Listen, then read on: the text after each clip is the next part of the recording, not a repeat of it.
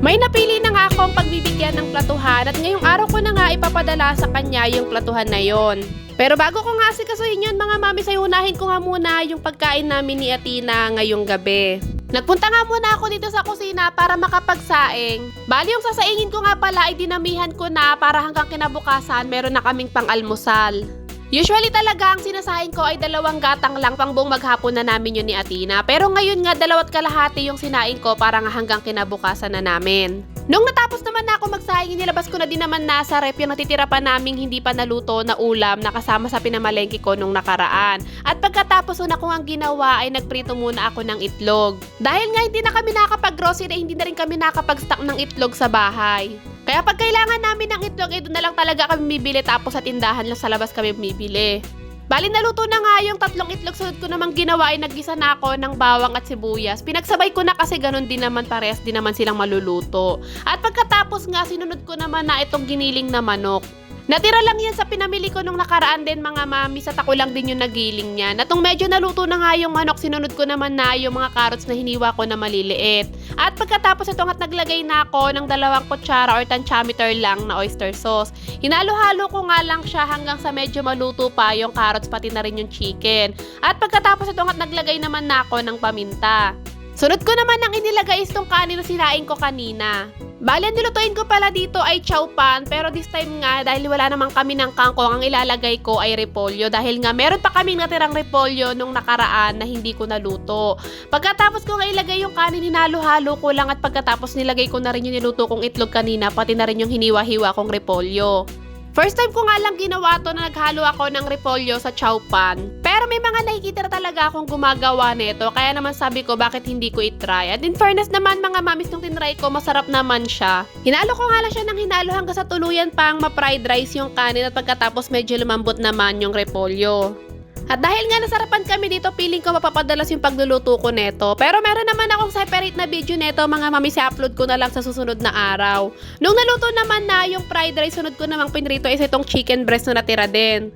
O diba mga mami, ang sabi ko nga sa inyo, 1 linggo lang yung budget namin na pinamalengke ko nung nakaraan. Pero tignan nyo naman mga mami, sumabot pa nga siya ng 8 days to 9 days kasi nga marami pa akong hindi naluto.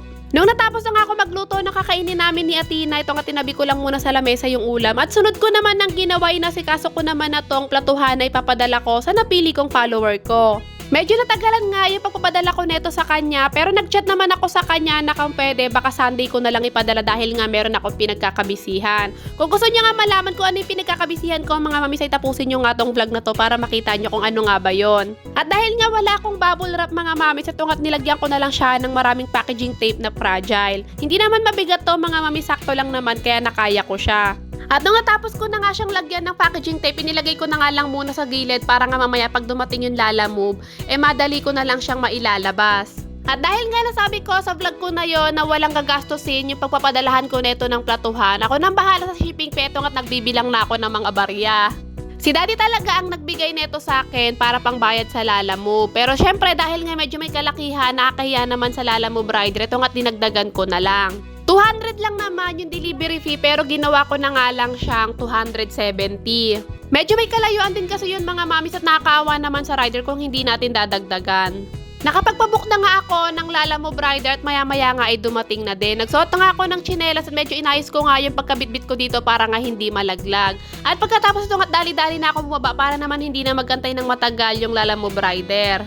Medyo nahirapan nga talaga kami na ipin mismo yung pinaka-address niya. Kaya ang ginawa na nga lang namin nung napili ko nito sa platuhan ay magpin na lang siya nung medyo malapit sa kanila.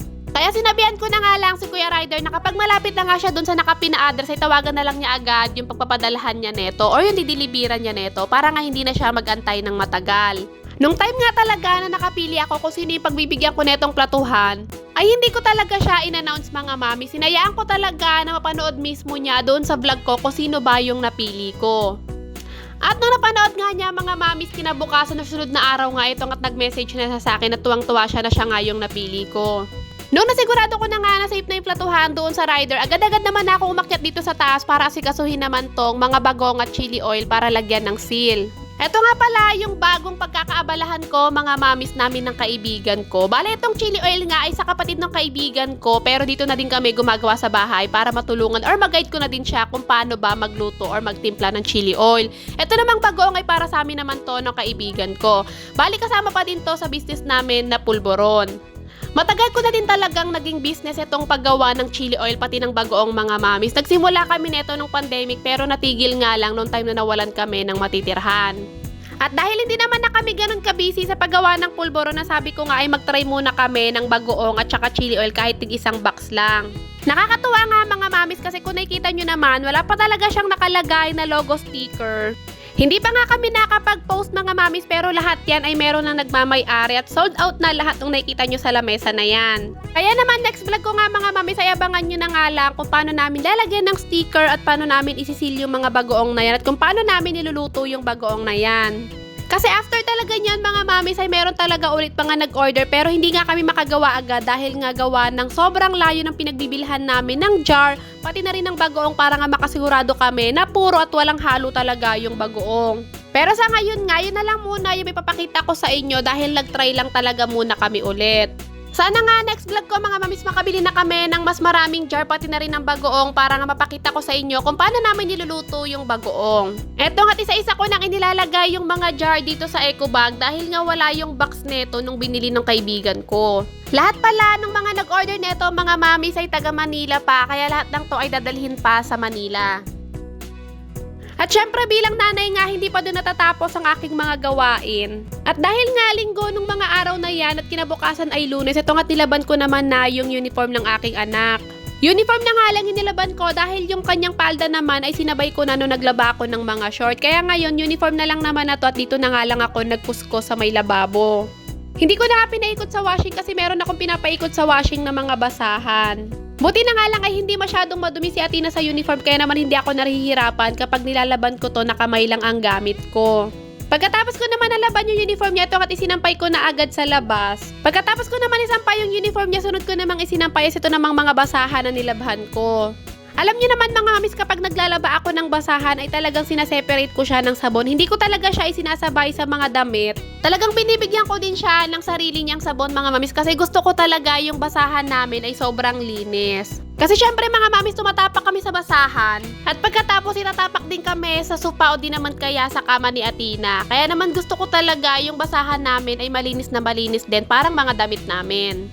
At syempre, natapos na nga ako sa mga pinaggagawa ko sa buhay. Charot.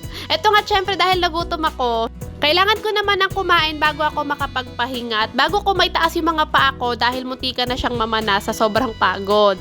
Tayong mga nanay talaga, kahit gaano tayo kagutom, kailangan tapusin muna natin yung mga gawaing bahay bago tayo kumain.